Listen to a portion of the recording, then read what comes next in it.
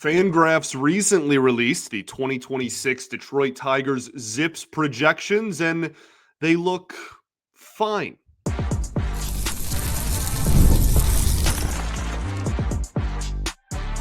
You are Locked On Tigers, your daily Detroit Tigers podcast. Part of the Locked On Podcast Network, your team every day. What is up, everybody? Welcome back to another edition Locked On Tigers. I'm, of course, your host, Scott Bentley. Today is Tuesday, November 25th, 2025. Thank you so much for making Locked On Tigers your first listen every single day. We are free, not with our free. We are free and available wherever you get your podcasts, including YouTube, part of the Locked On Podcast Network, your team every single day. Today's episode is brought to you by FanDuel. Right now, new customers can bet just $5, and if your bet wins, you'll get $300 in bonus bets to use across the app. So download the app today. Welcome in, everybody. Happy Tuesday to all as we inch closer and closer to Thanksgiving here in the States. Today, we are talking about FanGraphs ZiPS projections. Now, this is an episode that I do every offseason when they come out because I think that it's a good look into how maybe national media or just like not Tigers media in general views the Tigers. This is a team that we cover, talk about, follow, etc. every single day, literally every day of the year. And so it is important to me to have instances throughout the year where we are taking a step back and looking at what other fan bases, like I said, maybe national media, views the Tigers, just to change our perspective a little bit. And it's not just me yapping away nonstop about like the same thing, or which I do often, or you know, like the same writers or the same whatever. Like I want to make sure we get a different perspective in here as well. And ZiPS is very far from a perfected model because there is no perfected model. If that existed, then there wouldn't be a need for a front office. You would just look at whatever that model is or whatever the formula is and whatever numbers it spits out, and that's how you would just build your team, right? So all of these have flaws. None of these are perfect. They've been right about plenty. They've been wrong about plenty. But I think that it's a good baseline discussion for zooming out and going, okay, what and where are the holes on this roster still as we enter presumably the busier part of the offseason here, especially after Thanksgiving. So I want to start off with the offense. There are not a ton of surprises. That's not the word I would use. It's a weird depth chart, man. Like it just is. And we've talked about this on this show already this offseason, and even dating back to when the Tigers were still playing games. Like they're in a weird position. And by the way, all the credit in the world to Dan Szymborski, who does the ZiPS articles every single year for FanGraphs, has done it every year I've been covering the Tigers, and I've been hosting this show certainly. And does a lot of great outlining and kind of talking about what the numbers mean and whatnot. FanGraphs.com. He has a whole article and with visuals and every single player's projected stat lines. So go check that out as well. And he'll eventually do it for all 30 teams throughout the offseason too, on top of that. But the Tigers depth chart is interesting because, and Dan mentions this in the article, is like there's not any single position that is glaringly awful. There's just also on the flip side of that, not necessarily a glaring position that you go, wow, they're definitely going to get like bona fide all-star caliber production out of that either. So and that's how, when they were good this year, That's how they were winning games, right? There was no, I mean, certainly, Torkelson and Riley Greene drove in more runs than anybody else. Like you certainly had your quote unquote best hitters in the middle of the lineup, without a doubt. But the way that the lineup was effective was not single-handedly because of one or two guys. It was the fact that the 7 through 9 hitters were also league average-ish hitters in the first half of the season. Obviously, again, we know what happened in the last 2 months of the year. So when looking at its projections for 2026, I mean, we can just hop around the diamond really quickly. Catcher, it has projected the Tigers to receive 3.5 WAR from the catcher position total in 2026. That would be relatively high. That's like a top 10, maybe even higher level of production in any given year. The Tigers obviously had top 5 level production from the catcher position in 2025. So that's not super surprising with the same cast of characters coming out to fill that. First base, and as Torkelson getting almost all the starts, it does have Colt Keith getting a handful of opportunities at first base for 2.2 WAR out of first. Again, pretty mundane like that. Yes, that's around-ish what they got out of first this year. Not going to be a whole lot different with presumably the same people. Second base, almost exclusively Glayber Torres at 2.9 WAR. That's, again, very similar to last season and is still top 10 level of production at the second base position on any given year. The rest is where we see the hodgepodge of options. Starting with, do I want to go shortstop or third base? Let's start with shortstop. ZiPS has 1.4 as the projected WAR production out of the shortstop position, with a combination of Javy Báez, Zach McKinstry, Kevin McGonigle, right? Just like that, the hodgepodge of players that can play short.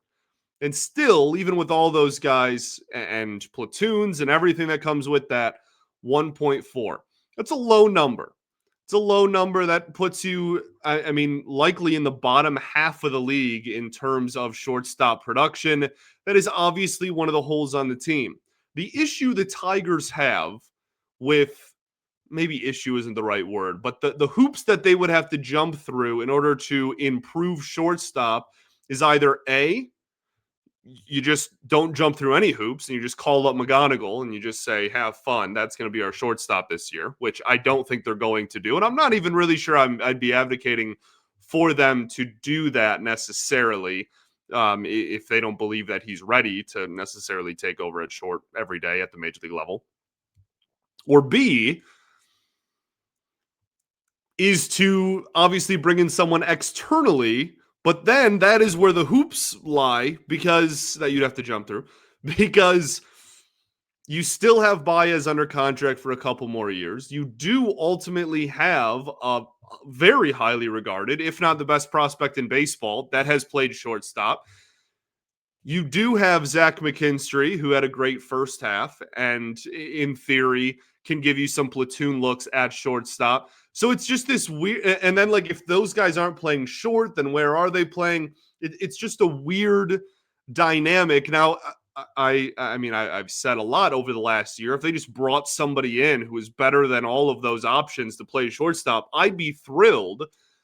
I just don't think they're going to do it. I don't think that they are going to spend resources, whether that's assets in a trade or just financially, to upgrade a position where they have a lot of options that they feel are serviceable at the position. So that's kind of the first, shortstop's the first one that you look at and you're like, all right, that number's relatively low. Let's jump over to third base, which is another just hodgepodge of players. Then we'll get into the outfield and pitching. We'll do that right after this. First, though, I'm going to talk to you about our friends over at FanDuel. The NBA is back, and there's no better place to get in on the action than FanDuel, the official sports betting partner of the NBA. Even if you miss the start of a game or want to ride the hot hand, FanDuel has live bets on everything from who will score next to fourth quarter comebacks. Plus, you can even combine your live bets into a same-game parlay for a shot at a bigger payout. It keeps every game exciting, especially when your team is making the late push. Right now, FanDuel is giving new customers $300 in bonus bets when your first $5 bet wins. So head to FanDuel.com, sign up today, and play your game with FanDuel, the official sports betting partner of the NBA.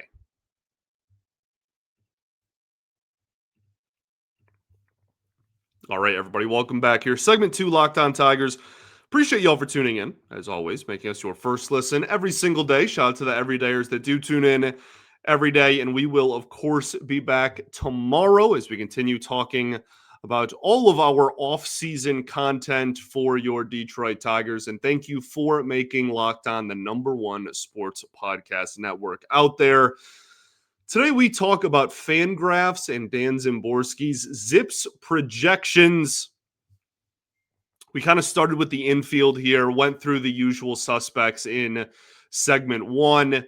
Let's talk about the rest of the diamond, which is outside of left field, kind of a mixing and matching a lot of different names. We'll start with third base. 2.5 WAR. The projected output at third base. That's not terrible. That's pretty darn middle of the pack, all things considered.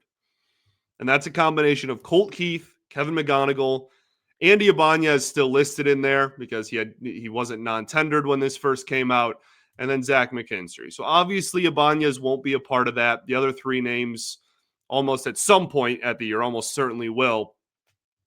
The big question here is not as much, are the Tigers able to patchwork their way through another year at third base? I think the answer is almost certainly yes. Like, they have the last 2 seasons. And this is also not even throwing in Matt Vierling into the mix, who is hopefully going to be healthy and productive as he was in 2024 for the team in the 2026 season. So between all of those guys, I have no doubt that if the Tigers really wanted to, they could just not spend any money to upgrade third base and just make it work with what's on the roster. And it wouldn't be a complete train wreck. What was the really bad third base year? Was that 2022 or 2023? The year where Nick Maton played like 90 some odd games at third and was really, really unproductive and struggled a lot. And the Tigers had like negative WAR over the course of a season at the third base position as a whole. That was whatever the Nick Maton year was. Was that 20, whatever, not important. So I have no doubt that those combination of guys can be serviceable, solid. You're getting average production, everyday major league caliber production between all the platoons and the situational, whatever. And whenever McGonigle comes up, I have no doubt that he'll be relatively close to a league average hitter almost right away. The question is not as much the floor as it is the ceiling. That is the big question with third. With shortstop, I think there's a legitimate worry about what the floor is at short next year, because I don't think they're going to upgrade it. Now, that's a don't shoot the messenger comment. I would love to upgrade shortstop. I just do not think that that's on this team and this front office's radar to address this winter. Third base, at least you can understand, and I feel like there's at least some sort of, based on their actions last year and what they offered Bregman, some sort of notion or mindset of like, okay, we could probably afford to upgrade this position. As it stands right now, in the same way that I think that the floor is relatively high at third base, I think the ceiling is also relatively low. Your best case scenario, I guess you have two kind of that are in similar lines of thought at third base, are A, McGonigle just comes up, plays third, and is amazing right away. Okay. Which isn't completely out of the question, but that's putting a lot of weight on a rookie. Or B, Colt Keith has figured out how to play third base at the major league level 162 times a year and has remembered how to hit left-handed pitching. And both of those things equate to him reaching the ceiling that was once bestowed upon him when he was in AAA. But there's a lot of ifs with both of those conversations. Then that's not even including the nuance of like Glayber Torres is only going to be here one more year. Any of those guys could go over and play second for the rest of their careers. This is really just like who's going to play third and second in 2026.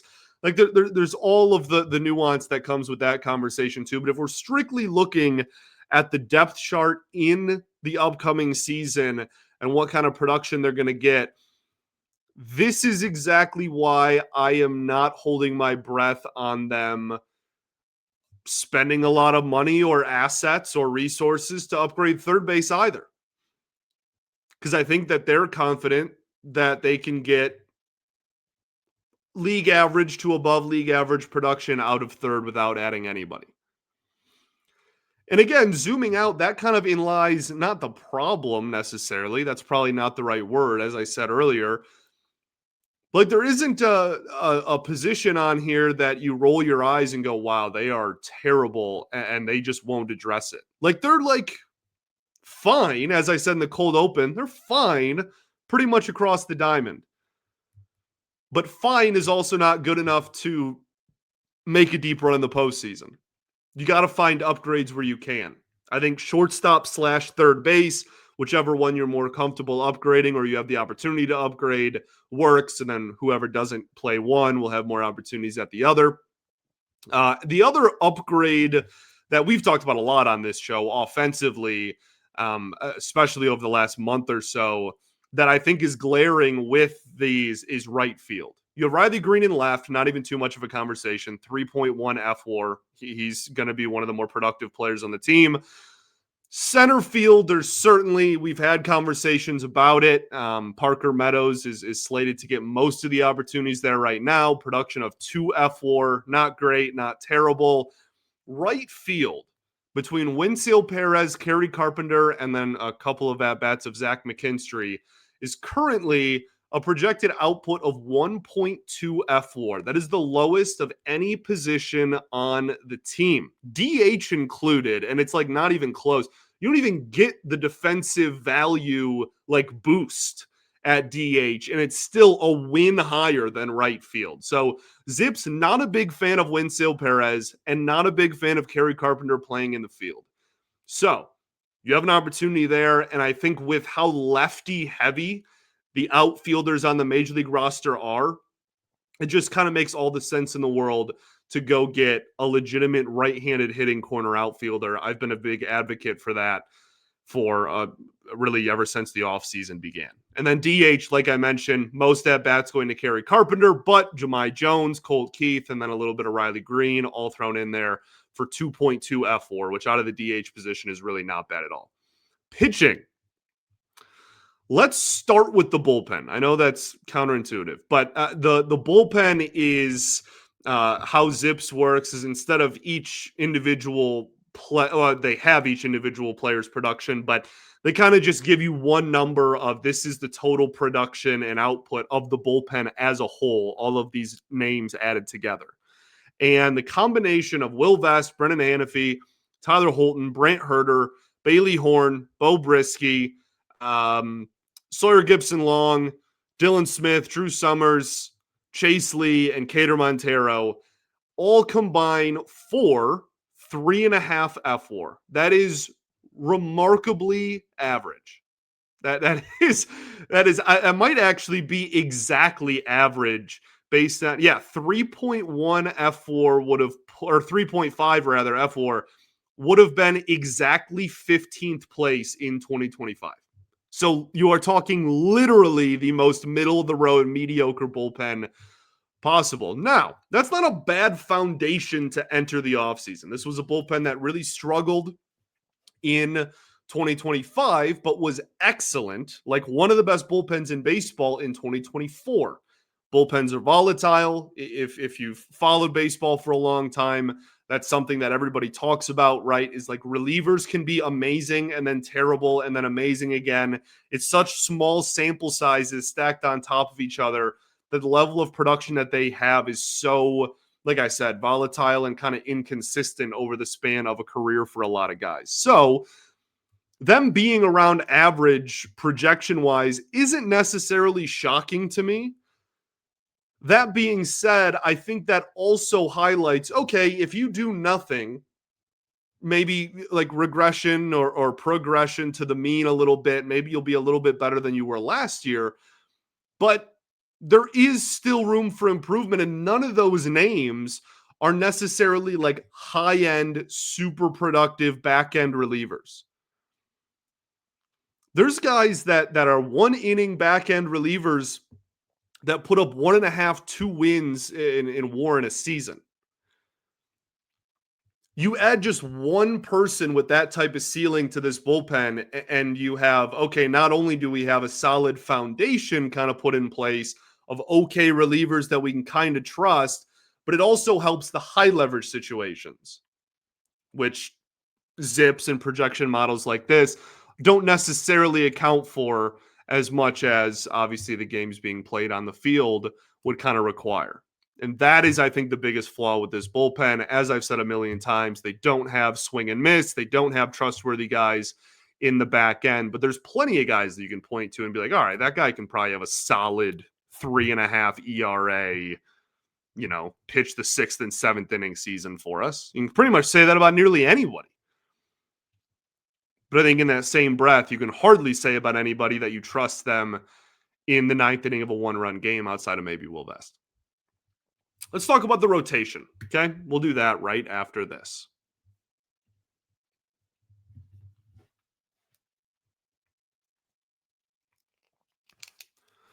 All right, everybody, welcome back here. Third and final segment of Locked On Tigers. Appreciate y'all for tuning in as always. So the last positional group we have yet to discuss is the starting rotation. No surprise at the top is the best pitcher on the planet, Tarik Skubal, who is projected to get anywhere from 5.5 to 6 WAR. That's a remarkable number for a starting pitcher that only plays once or twice a week. Like that is astonishing. That actually Dan mentions in the article that is the highest that any ZiPS model has projected any starting pitcher since 2019. I believe it was Chris Sale in 2019. Obviously had a lot of great years there in the 2017, 2018 era of Chris Sale, so kind of makes sense. But something to keep in mind there. The rest of the rotation is, I think, the interesting part of this conversation. There are no other guys that even come close to the level of projected production that Tarik Skubal does. But again, there's no one that is viewed as a massive, weak link either. Jack Flaherty, around 2.2, 1.9-ish F4. Mize, about the same. Olsen, about the same. So, all three of those guys are right at that, just around 2 wins level of production, which is not bad. It's just also not anything super exciting or intriguing either. Melton, 1.5. Some simulations have it a little bit lower. And then you have Sutter, Gibson, Long, Cater, Montero, who are solid depth options in the eyes of ZiPS projections. So I think that again matches the theme of this entire conversation today. The one difference with the rotation is that they at least do have at the top a guy who is a difference maker and who is high end. But there's no glaring weaknesses, but I'm trying to figure out the best way. I feel like I've just repeated myself 15 times trying to find the best way to word it because I can't quite articulate exactly kind of the emotion in my brain in regards to this. But there is no glaring weakness. However, there are plenty of glaring upgrades that you could do. And so it's just a matter of how aggressive the Tigers are going to be. And that's been the big conversation all offseason already, right? This is almost certainly, not not literally certainly, but almost certainly your last year of Tarik Skubal. How aggressive do you want to be with the holes that are noteworthy, even if they're not glaring, on your depth chart?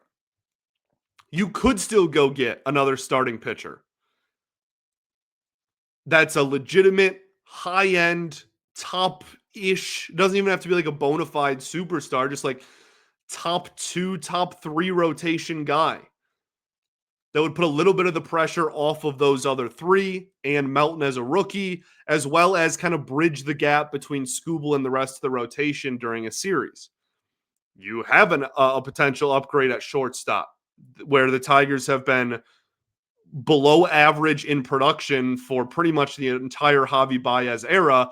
And then before that as well. Like the last time they had solid production from the shortstop position was probably a Jose Iglesias season. Third base, we've talked about that ad nauseum over the last like 2 calendar years at this point. There's plenty of opportunities to upgrade there. And then right field, we mentioned as well. But if they don't do anything, and Szymborski says in the piece, like he doesn't expect the Tigers to be very aggressive because of that. They're a team that has not spent a ton of money in the Scott Harris era. And on top of that, doesn't have any position on the field you look at and go, wow, if they don't address it, they're going to be screwed there. You can make it work, but that limits your ceiling. In the American League Central, is that good enough? Is it like not good enough? Is the collapse more realistic to what we're going to see? You raise the floor and the ceiling by addressing those weak spots that we pointed out today.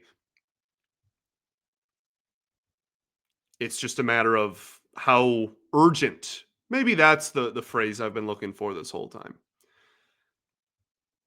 I think that this kind of showcases a potential for a lack of urgency by the front office because nothing is a complete train wreck. And I hope that's not the case. I hope we're coming on here, when pitchers and catchers report in February and whatnot, talking about how the Tigers upgraded at 3 or 4 different positions. You hope that you can get bounce backs from a few guys. And there's a lot to like about what they did this offseason. But I think that this is why I wanted to do it today in November, as opposed to waiting until, like a quiet day in December or January, is because I think it perfectly highlights, again, all these numbers are not exact and no one's going to have the exact projection here. But I think it highlights kind of what could be the mindset going into the winter, and that scares me. The last thing that we'll end on here is that ZiPS is a big fan of Kevin McGonigle and Max Clark and has both of them as above league average hitters at the major league level in 2026, which is incredibly impressive. Obviously, if that were to end up being true, McGonigle, I could probably buy in. And that's not even like Clark shade. It's just like that's for either of them. That would be very impressive. I think Clark just with the maybe, I don't know. I'm really excited for Max Clark too. I don't even want to go down that rabbit hole. I would love to see both of them on the team in 2026 at some point, but we'll see. I just wanted to point out that the model really, really likes the two of them and is in favor of both of them getting called up sooner rather than later. So we'll see what happens there. Like I said, go to FanGraphs.com. You can read the entire breakdown. It literally has a chart of every single projected exact stat line of every single player in the Tigers organization and what they would do if they were a Major League Baseball player for the Tigers in 2026. There's a lot of fun stuff over there. I also, every time I do this episode, I get people that are like, this is stupid. Like these advanced numbers and like the people that are kind of more anti that. That's totally fine. That's 100% fine. I am not a big advocate for projections for individual players. I'm actually pretty anti in that regard, and make that known pretty often. I don't use like Steamer or ZiPS or any of those, to project individual players. But I do think that it can be a tool in this instance of, okay, where does the Tigers bullpen as a whole stack up to all the other bullpens right now? What does the rotation added together all look like? I think that in those instances, like we use them today, that it can be at least a tool. But if you are anti that, I have no issue with that whatsoever. I totally get it. The fact that baseball can be absorbed and watched and analyzed and taken in a million different ways is what I think makes it so beautiful. So I do not look down on or side eye anybody who sees this episode, every single calendar year. We do this every winter, and kind of roll their eyes. That's fine. We'll be back to our regularly scheduled programming tomorrow. Okay. Thanks for making us your first listen every day. Shout out to the everydayers that do tune in every day. We'll of course be back tomorrow. Peace and love. Going to therapy's dope. I'll catch you all then, baby. Go Tigers.